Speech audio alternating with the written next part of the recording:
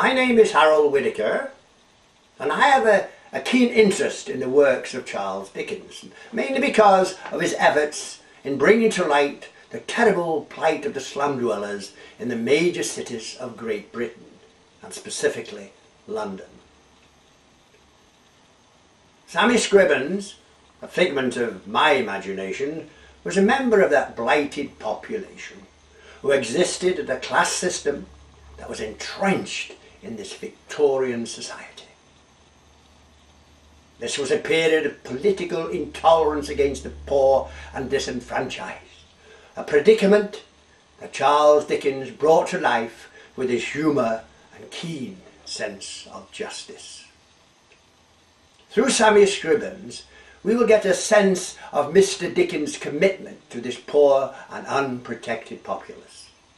Sammy Scribins, a man that couldn't read or write, yet brings to bear the character that can flourish and prevail in such adversity. I will endeavour in this and other episodes to bring to life this unique relationship between Dickens and Scribins. I now invite you into the world of Sammy Scribins.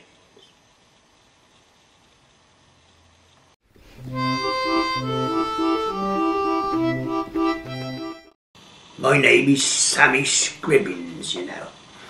This is a bull's head here where I'm in right now. Nice place, you know. Get a nice pint here. You do that, there's no doubt about it. Well, we have very interesting people coming here, you know. Oh, very interesting at all. We have that, and Mr Dickens comes in, you know. He does his writings and does his, you know, writes about all different things like. When he comes in here, it's usually, well, I'm here most of the time actually myself, you know. I like a drink, you know, that's what I like, you know. Anyway, he comes in here quite a bit. It's usually late at night, early morning you might say. Comes in about 1 o'clock. Comes in, he says, well, sits down, you know, doesn't mind, he's not, you know, he's a bit of a toff, you know, he has these white hats and you know, yellow waistcoats and all that kind of stuff, you know. Very good, sharp dresser, you know, but I mean, he doesn't mind. We don't dress like that around here, you know what I mean. We don't dress at all like that, but he doesn't care, he doesn't always, he's not a, you know, he's a real gent, you know, he's a real gentleman. And now we're not in his class, but he talks to anybody. Well, he'll talk to anybody. Talks to me. Anyway, that's what I'm sure he talks to me. Well, I'll tell you. I get to talking to him, you know. So why do you come in so late at night like this? He says he can't sleep, you know. He says he can't sleep at nights. So, the problem he has, I guess. So he gets up, not with energy, he has, very sharp little fella, you know, very quick about himself, you know. So he comes down here like, and sits here, has a few drinks, likes his brandy, you know, likes his brandy, and he's free, he's open with his purse and all, he buys drinks all around, like, because he likes to talk to us, you know. And he, sometimes a funny man, you know, he sings along and all, he'll have a sing-song with us and all, he will. Imitates us sometimes, he says, how did you say that? He says, I say it to him and he says, and he repeats it, just like I said it. He's so good at it and all, you know.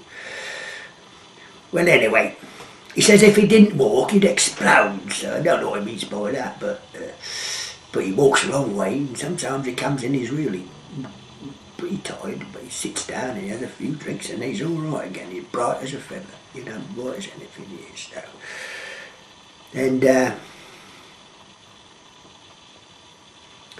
And he was sitting over here the other night with this Mr Quilp, you know.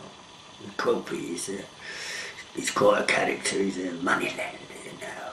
Moneylender, nobody really likes him, but you know, we all have to borrow money sometimes now, and that's probably what he's want to do. He's a real tea leaf, you know, real tea leaf. He'd sell his own mother for a quarter. A quarter about what? quarter of what? He says, a quarter of what? A quarter of gin, eh? Quite likes his gin too. He surely does. Lives down at the wharf, just down the road here. Kind of a, you know, funny man. Like a dog. He says he's dog-like. I don't know about that though. Can growl a bit though, I'll tell you. There's no doubt about that. Well, I'll tell you. So he writes these names down, you know, and writes Mr Krupp. And so, you know, stories develop, I guess. Because we come and listen now to, what's her name? Annie Noddle.